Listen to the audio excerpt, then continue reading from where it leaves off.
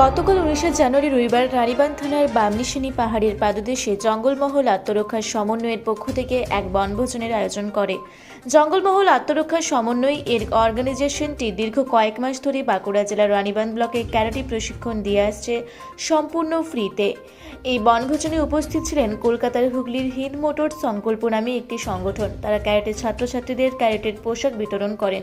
গণমুখী টুসু সঙ্গীত পরিবেশনকারী ক্ষুদে শিল্পীদের সম্বর্ধনা, ক্যারাটের বিশেষ অনুশীলন, লাঠি খেলার প্রদর্শন, প্রশিক্ষণার্থীদের নিয়ে পাহাড়ে ওঠা, দুপুরে বনভোজন অনুষ্ঠিত হয়। এছাড়াও 4 মাস অনুশীলনের পর্যালোচনা ও জঙ্গলমহল আত্মরক্ষার সমন্বয়ের কমিটি গঠন। আমরা এই প্রোগ্রামটা করেছিলাম মূলত আমাদের গোটা রাজ্য জুড়ে যখন একটা অস্থিরতা সৃষ্টি হচ্ছিল যে একজন মেয়ে কলকাতা এবং মানে প্রশাসনিক ভবনের ভিতরে একজন মেয়ে তার নিরাপত্তার একটা প্রশ্ন উঠেছিল। খুন হয়ে গেল, ধর্ষিতা হয়ে গেল, তারপরে রাষ্ট্র কাঠামোয় তার বিচার প্রক্রিয়াটা কীরকম যেন এলেবেলে হয়ে গেল। তারপরে তো আমরা সবটাই জানি যে আজ 4 মাস পরে তার কি ফিডব্যাক আসছে। আমরা সেই সময় অনুভব করেছিলাম যে মেয়েরা, মহিলারা, নারী নিরাপত্তায় চরমভাবে এখানে ভুগছে, গোটা রাজ্য জুড়ে ভুগছে। আমাদের আমরা একসময় ভুগেইছি। আমাদের এই যে ছোট একটা ব্লক দেখতে পাচ্ছেন, এই ব্লকটার মধ্যে 22 জন মানে তথাকথিত মাওবাদীদের হাতে খুন হয়ে গেছে একসময় নিরাপত্তার অভাবে। নিরাপত্তার যদি তাদের একটা রণকৌশল থাকতো তাহলে অন্তত এই 22 জনের জায়গায় অন্তত 2-5 জন অন্তত বেঁচে আসতে পারত। এই আমরা স্বাভাবিকভাবে নিরাপত্তার একটা অভাব অনুভব করি এবং এই ঘটনা ঘটে যাওয়ার পর আমরা ভেবেছি যে আমাদের মেয়েদেরকে আমরা স্বনির্ভর করব, আত্মরক্ষায় স্বনির্ভর করব। তাদেরকে আমরা ক্যারাটে শেখাবো, তাদেরকে আমরা জুডো শেখাবো, তাদেরকে আমরা চ্যাম্পিয়ন করব। মানুষের এমন কতগুলো জায়গা আছে যে জায়গাগুলো একটা ক্লিক করলে সে বাপ করে পালিয়ে যেতে বাধ্য। আমরা এই প্রক্রিয়ার মধ্যে এসেছি যে আমরা যুধিষ্ঠিরবাবু আরও অন্যান্য লোকেরা আছে, তারা আমাদেরকে যথেষ্টভাবে সাহায্য করেছে এই প্রক্রিয়াটায়।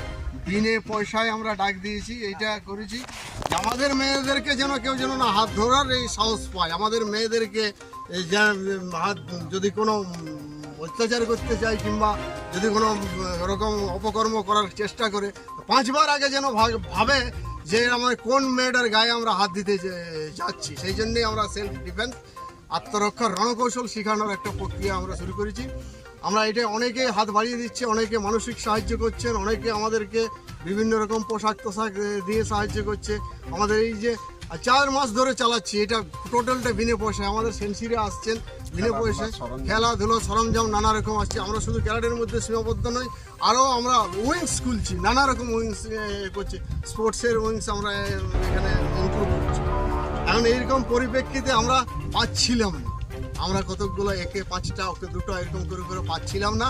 আমরা পোশাক তাদেরকে দিতে পারছিলাম না। ক্যারাটের ক্ষেত্রে একটা পোশাক একটা খুব ভাইটাল বিষয়।